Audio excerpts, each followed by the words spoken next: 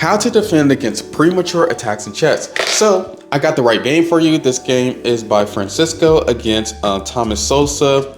Thomas Sosa rating is 2548. He was playing the black pieces, and Francisco's rating is 2716. We will definitely be on his side in this game. This game was actually played recently in 2022, round 3 of the El Labragat Open Chess. Okay, let's just continue on with the game. The first two moves, e4, e5, knight f3. Let's get into it right quick. After knight f3, knight c6, bishop c4, regular Italian game opening. You should know the theory already. I think everybody and their mama has played this before. But anyway, after bishop c4, knight f6, d3. After d3, we got the move bishop c5.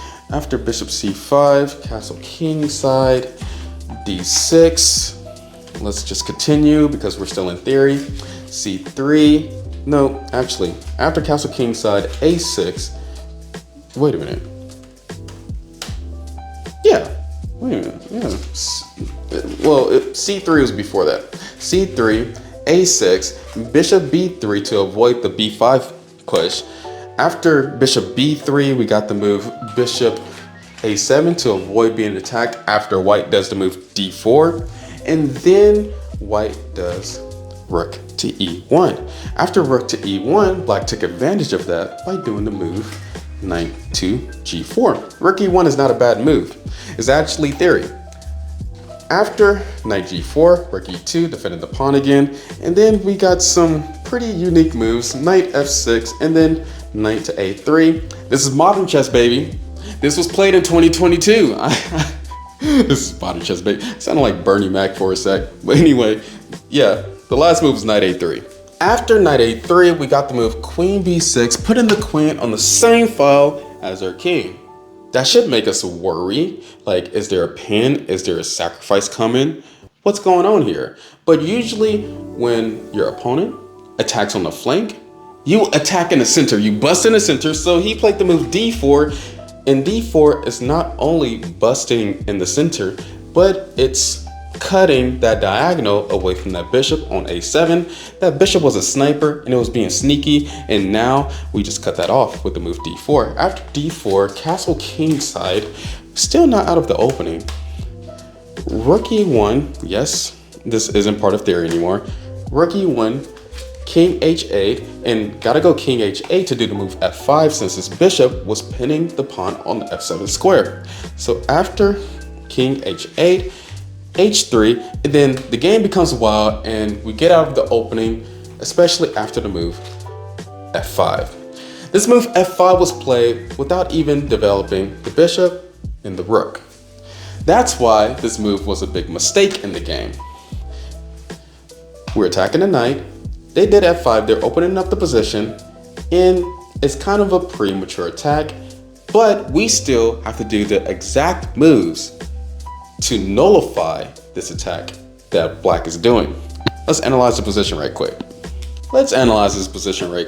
First of all, material. Well, we're probably gonna have some material pretty soon, especially if we take that knight.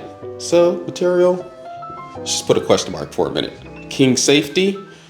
I don't know, their king is a little bit more airy than our king, but I'll just make it equal just to be nice. Development time, time development, equal, center control equal, pawn structure equal for now. There's no captures happening. Space, let's just say equal for now, but it's definitely gonna change in the next few moves. So let's pay attention because they're in a losing position. After the move, e takes on f5, bishop takes on f5, then white did the awesome move, knight h4. After doing knight h4, now black has to wonder, okay, this h3 pawn is attacking a knight, and this knight on h4 is attacking the bishop and the queen at the same time, which is forking both pieces. Now what is black going to do? Just move the queen out the way. That's what they did, queen f6. After doing queen f6, h takes on g4 was played. Queen takes on h4 was played.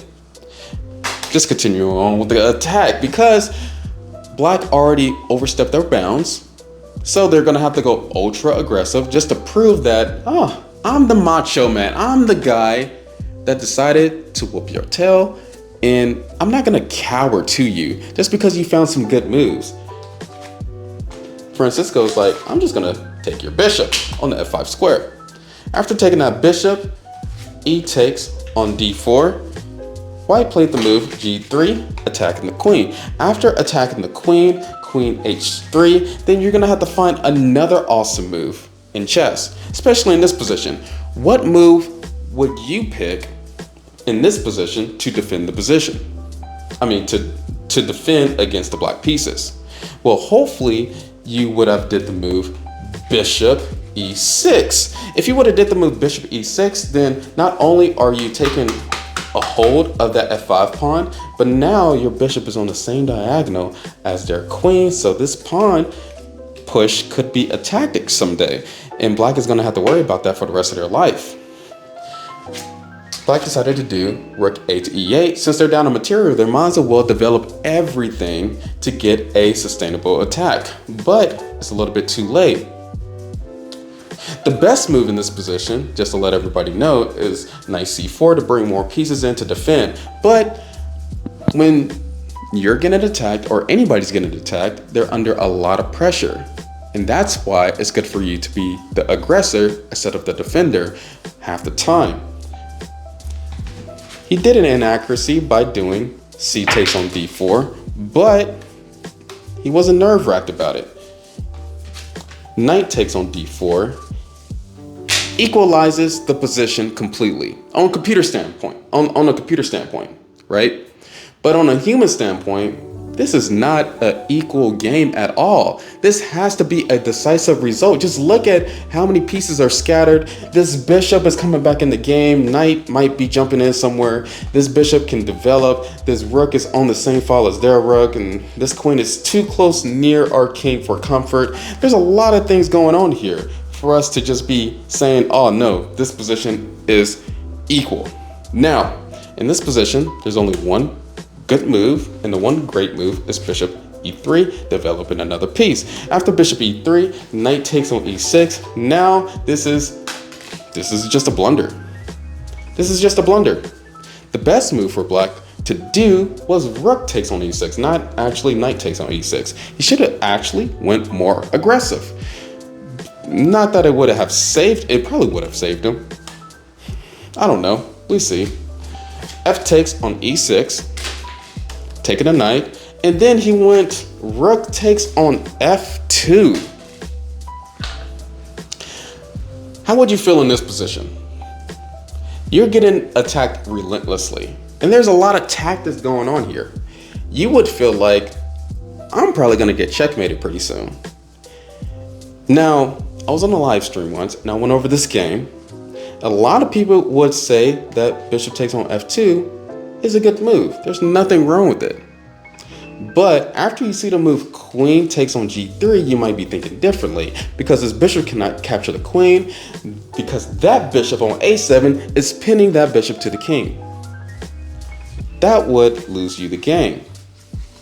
When you're defending premature attacks, you have to take them seriously and not underestimate them. So king takes on f2 is the best move. And it's a scary move because there's this check, there's queen h2 check, there's bishop takes on e3 check. There's a lot of checks that we have to watch out for, and you have to be prepared. You have to be prepared for any of this to happen in any chess game that you play. That's why chess is amazing. You would want to avoid this, but sometimes you just can't, and you gotta have to prove with your wits that, hey, you're not a great attacker. I'm a better defender than you are an attacker. Pretty much, you gotta be somewhat boastful just like that. Because you're the only person that you're trusting to calculate moves, to just play the best move, the best decision in the position. After king takes on f2, black decided to do rook f8. After rook f8, the move that was played, king e2. After king e2, bishop takes on e3. Bishop takes on e3. How brave do you have to be to play the move e7 after they took our bishop? Taking the bishop back was completely fine too, but he played the move e7, and that is the most accurate move to play in this moment. After playing e7, rook moved back to e8, and now the king took on e3. After the king took on e3, you might be thinking, isn't white losing here? The king is out there. Shouldn't there be like a checkmate in the middle of the board? There is no checkmate. Look it up, put on your engine right now, study it. There is no checkmate for white if you play the best moves. After rook takes on e7, king d2, queen g2, checking the king on the second rank, king c1, his opponent resigned the position. Now, this was a straight up premature attack because he was losing after he played the move f5. He suddenly got into some equalizer position, which that's the game of chess. That's why I love it, because even though a computer might say, this is losing, you're a +2 now. Humanly, if you're a human thinking about this position, you're like, I don't know if I'm winning or not. I can mess up at any moment. Premature attacks you're gonna have to defend against, just like this. If you want, if you need to look back at the video, please do so, because this is a good example of doing that. Yeah, he played one inaccuracy while defending, but all the other moves were correct. Like seeing the moves bishop e6, holding down the f5 pawn, and then taking the f pawn and doing the move knight h4 to fork the bishop and queen when they was right there. Those were excellent jobs of being offensive while defending. And that's the goal that you need to do. You need to be on offense while defending. That's like one secret. But anyway, like I said before, the evaluation changed throughout the game. And yes, king safety, our king was kind of, in trouble, but we still have more time development than them. We have better center control now. Our pawn structure is still trash, but in the long run, we got more safe. We got more, not safe, we got more space, all right? So yeah, this was a good game. Francisco against Thomas Sosa. Let's continue on to the next video.